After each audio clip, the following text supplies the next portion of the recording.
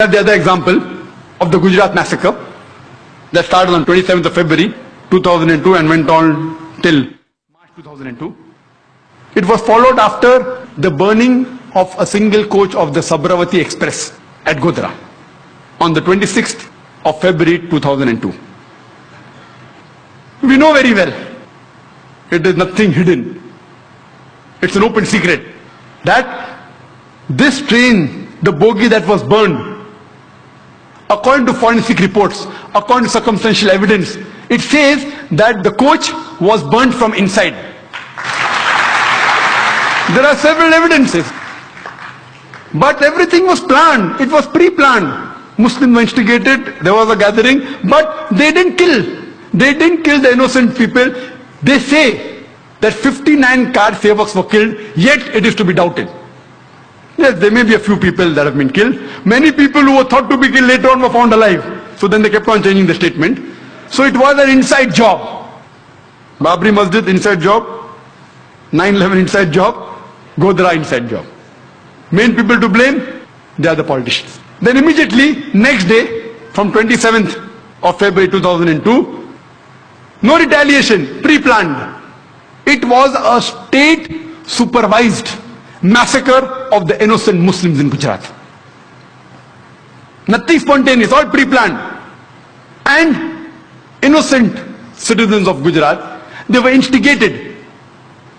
They were given money, you can see evidence, to kill thousands of innocent Muslims. According to the state of Gujarat, 793 Muslims were killed and 253 Hindus were killed. But according to several human rights organizations, they said approximately 2 to 2,500 innocent human beings were killed. Almost all of them, they were Muslims. Other report says that more than 5,000 innocent Muslims were killed. There were thousands of Muslim women who were raped. There were tens of thousands of Muslims who were asked to leave the house. The houses were looted. They were burnt. There were tens and thousands of Muslims whose places of business, they were burnt. They were completely destroyed. The people killed in Gujarat massacre is far more the number than the 9/11. The loss of the people of Gujarat, if you add it, it is much more than the loss that took place on 9/11. Yet, according to George Bush, the people who did Gujarat massacre, they aren't terrorists. Only if you harm the Americans, then there's a problem. We know that there are tons of evidence in form of literature, newspaper, booklets. You have the Communism Combat, you have videotapes, VCDs, DVDs, actual recordings of the culprits, the people responsible, yet no action taken. Even the judiciary system, I'm sorry to say, in Gujarat failed. I think they were pressurized by the politicians. So much so that the Supreme Court of India had to pass a remark against the High Court of Gujarat that they were biased and the trials weren't correct. I feel it was mainly the politicians. The Supreme Court of India, they passed a judgment against the High Court of Gujarat that what verdict they gave was wrong. And I feel maybe it was the politicians whom have used the power. And imagine what we find after a couple of months. We have the Akshardham temple massacre. 2 people were caught. They were killed. They are said to be Muslims. And the authority said that these people killed so many people in the temple in revenge, in retaliation. And they said that all this was nothing but retaliation. Islam does not justify that. They may have a logic. These people who did the attack, or the people who retaliated in other ways, they have a logic. They say that thousands of our family members were killed in front of eyes. Our mothers, our sisters have been raped in front of us. We have been looted. We know the person responsible is our neighbor, the person down the street. We meet him regularly.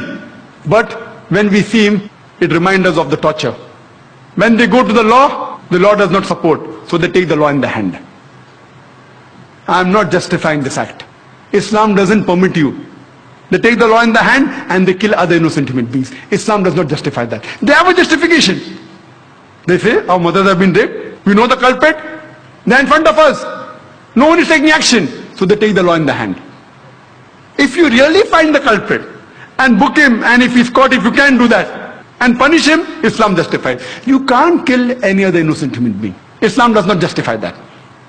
You cannot use a wrong mean to come at the right goal. However much you may have sympathy for them, but the point to be noted, Islamically, it is wrong.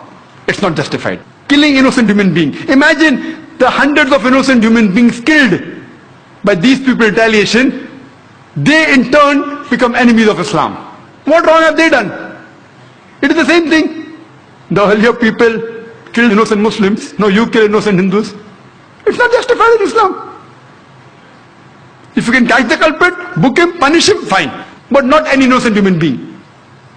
Later on the 11th of July, we have, in this year 2006, we have a series of bomb blasts in the train. 7 bomb blasts in the span of 11 minutes. In which more than 200 innocent human beings were killed.